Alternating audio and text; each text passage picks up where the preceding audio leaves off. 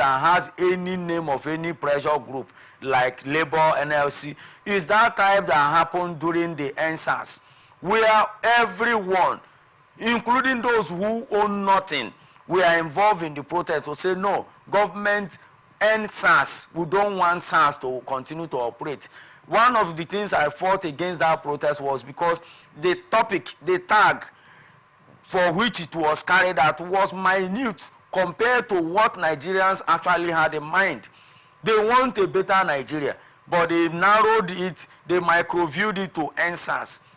And when they ended SARS, as it ended the misnomer that is going on in Nigeria, so it was a wrong caption that they gave it to say end SARS, and the government hurriedly had to end SARS. And how did they end SARS? Is it not to change name? Are there not still some illegalities happening? You will no longer see any officer of the police wearing SARS. But was any police officer relieved or sacked from duty? So it's just like trying to do a kind of nomenclature, a change of name. It's still the same person but acting in different name. So I think Labour should mind the way they throw Nigerians into hardship. If you know that Nigerian government is not ready to attend to you, then join forces with Nigerian populace, Nigerian masses to drive home for a better country, not for a better pay for just Labour people. I believe that, well, this is your own opinion. Yes. So I believe that a lot of persons have different opinions. Sure. Because you're just speaking like you are coming from the government who wouldn't want an increment in minimum wage. But I believe that's not the that's case. not the way I'm speaking. Okay, because I'm speaking that particular thing Labour is seeking is only for the benefit of their few workers. That's what you said. Yes. Like, how many of you in this office are affiliated to Labour? How will that affect your salary? Assuming federal government approves 100,000 as minimum wage, how will that profit me? How will that profit you? Your mom in the village, how will it profit her? Your siblings, how will it profit them? That is the point I'm making. We should stop thinking that Labour is fighting. Fighting for who? How many households that their parents are members of labor union? Majority of Nigerians are not civil servants. So saying Labour is fighting for Nigerians, please let us come out and fight for ourselves. Labour is not fighting for us. They are fighting for their members, and we are not all alike their members. Anyway, I believe that once you are angry about a particular situation, you have to register your protest. You have to show how angry you are, that you want something to be done. Labour, until you say, they are just representative of the masses, the citizens. No, they are not. Because if they do not have these are agents. Labour is not representing us. No, they are representing Nigerian. But because that's a way of resolving a matter, and I quite disagree that it is because of a small minority of them that's the members, that's why they are protesting. I don't think so. It is for the interests of the masses. But if they do not come in terms, if they do not agree, I believe this issue will linger for a long time, and it will cause a lot of damages. But let's look at the President Tinubu. There is a release that says that President Tinubu, the official residence of the Vice President, Senator Kashim Shettima, the President said the action was not merely a matter of convenience, but a reflection of the present administration's commitment to providing leaders with the tools and resources they need to effectively discharge their duties. President Tinubu, who acknowledged that the VP's residence project had faced numerous challenges over the years, including delays and abandonment by previous administration, said rather than dwell on past shortcomings, he said, we have chosen to seize this opportunity to demonstrate our resolve to confront obstacles head-on and deliver on the promises made to the Nigerian people in line with our renewed hope agenda, which has a completion of inherited project as one of its cardinal objectives. The President added that the construction of the Vice President a mark of respect when you build good residential department for the vice president. Okay, now this is what he said. What do you think? Because I think they are stating the obvious. I believe that they are stating the obvious.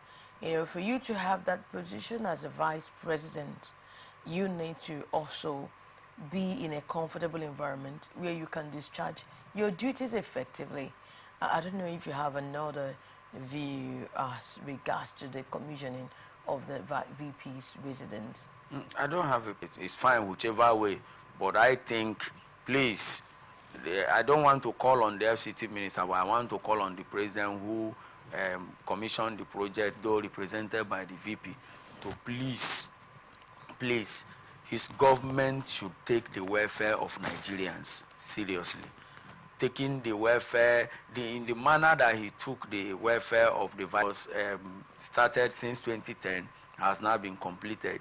There are a lot of things that are begging, that Nigerians are begging every day for attention. If we should channel the same energy, I believe there will be a relief. That's the reason why I say they should not be revolving around the elite class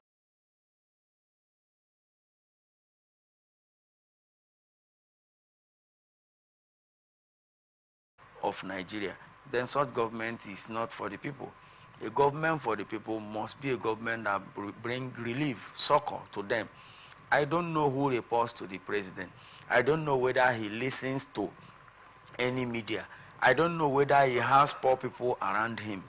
I am saying that Nigeria is in crisis since he took over. Everything has really gone bad. You understand me? The ordinary people, even in the village, it's no longer easy for them to survive.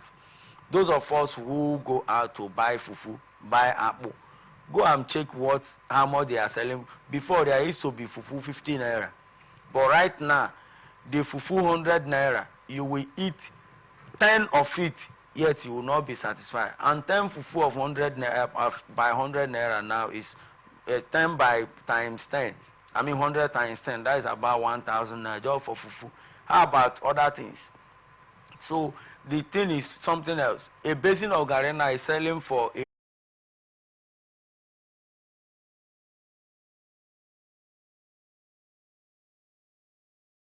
be with you there. As you are representing the people of River State, you're representing Nigeria. I believe that God will see you throughout your tenure.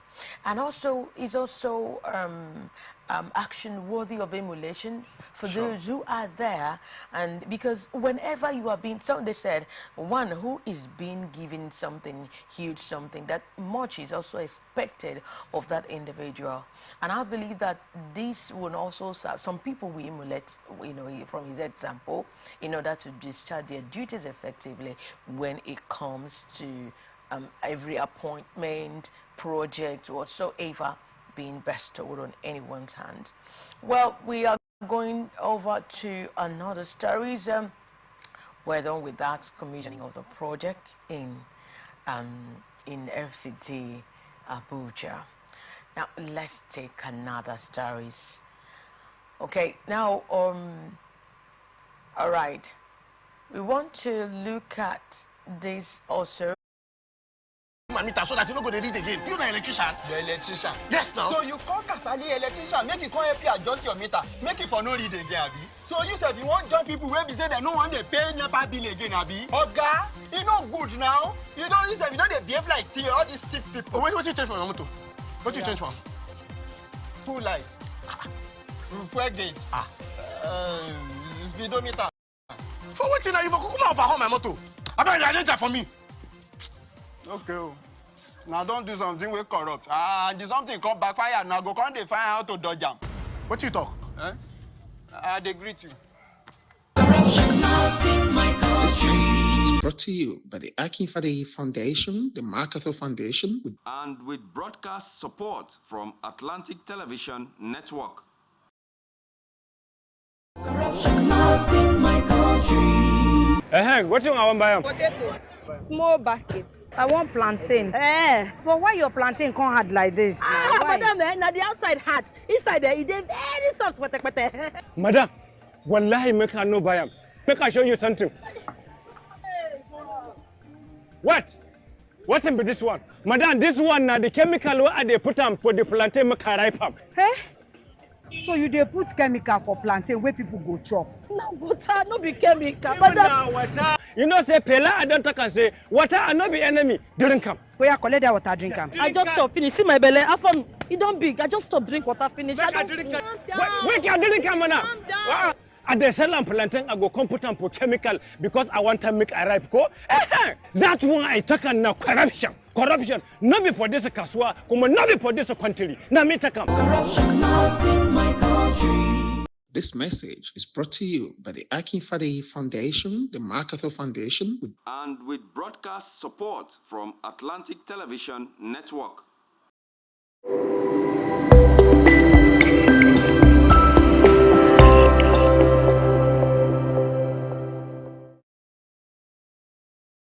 From the line across the ocean to the land beyond the mountains, through the Sahara, we bring on sport news, live analysis, expert discussions on trending stories in politics, business, socio-economy, sports, and documentaries. So catch all the updates on the happenings around the globe. Stay focused on the fact today. Only on ATN.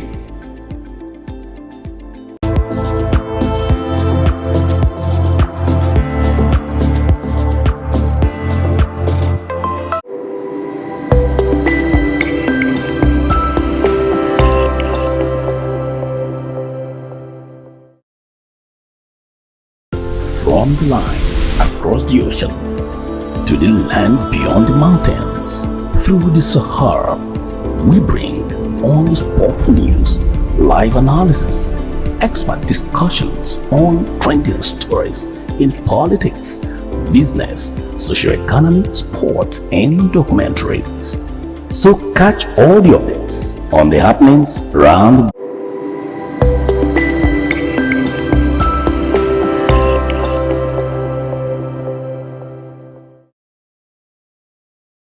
From the line across the ocean. Corruption not in my country. Driver, why you just dey jack us up and down like this now? I hope nobody carry belle. Why you ask oh? Because this road where they see so, it no guarantee safe delivery. We just dey vote for government, but we not get good governance. At all. Road so e no dey. Light o usai. The infrastructure nko e come turn to be forbidden fruit for the city. Corruption, spoil everything.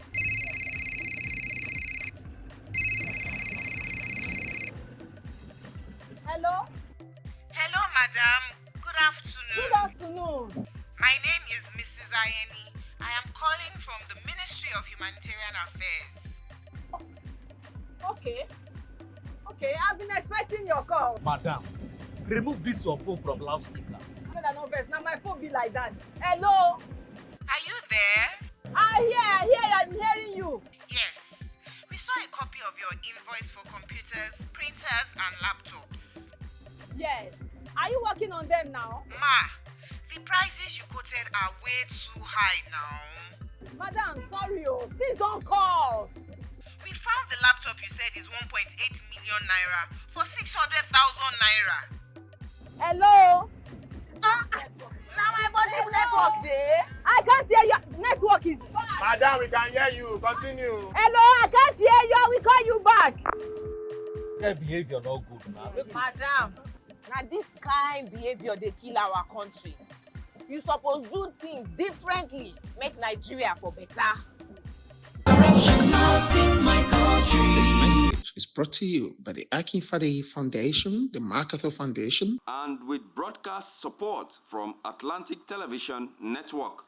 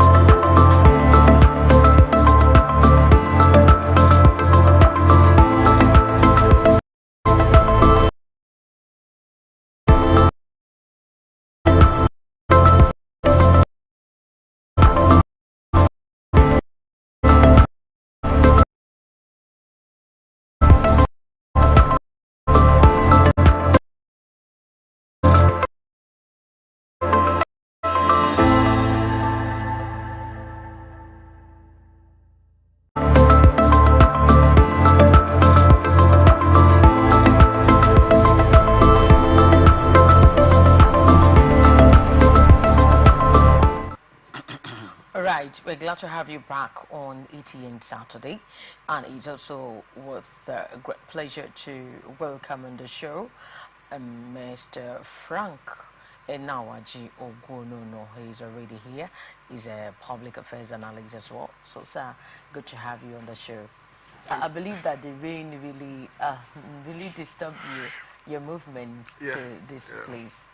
All right, we're so happy to have you. Thank you. All right, now let's look at the Nigerian Labour Congress, and NLC. It has taken a swipe on the governors opposed to an increase in the minimum wage of workers in the country. The governors, in a statement issued on Friday, rejected an upward review of the minimum wage from 30,000 naira to the 60,000 naira proposed by the federal government during the last meeting, saying that the amount is unsustainable and unrealistic. Speaking afterwards, NLC spokesperson Comrade Benson Ukpa accused governors opposed to the new minimum wage of selfishness. When asked if the state government could afford to pay 494,000 naira as a new minimum wage, he said most of the state governors were selfish. He noted that even the current 30,000 naira minimum wage was not being paid by some states except for Lagos and Edo, which recently started paying 70,000 naira. More governors are willing to pay a reasonable rate, but those who are lawbreakers should be recognized as lawbreakers. It will not make their treasury richer or bigger.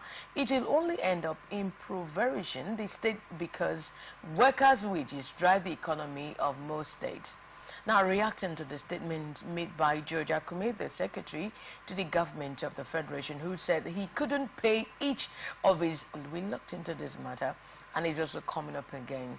The NLC spokesperson said that why is it that some governors are saying that they cannot adhere to that? They wouldn't want to be part of the minimum. They cannot afford that new minimum wage. That is not, that amount of money is not up to what they give to their side chicks at home. I don't know how you look at this issue of minimum wage, because I'm coming to you right now, Frank Enawaji Ogunono. I want you to x-ray this. What do you have to say as regards this new minimum wage and the way the government are going about it? Well, it is a pity that in Nigeria laws are not followed. If not, ordinarily, we don't need to be discussing this if we are civilized in a way where we do things right based on the laws that guide us on how to live our public life, even our private life. Now, there is a law that says every 5 years there must be upward review of the salary given to Nigerian worker, or high prices of things in the market occasioned by what we call subsidy is gone. And if we refuse to say the truth in this part of the world, then we will not also develop, no matter the policies and programs we will put in place to mitigate what we call hardship in Nigeria. It will go to nowhere. But I found that what we are suffering from is a high level of insincerity on the part of the government and of the people. You know, today, the public is now shouting against NLC, as if NLC should be the one to talk on everything. No! I use the word, if we are civilized, by the time you keep adding money on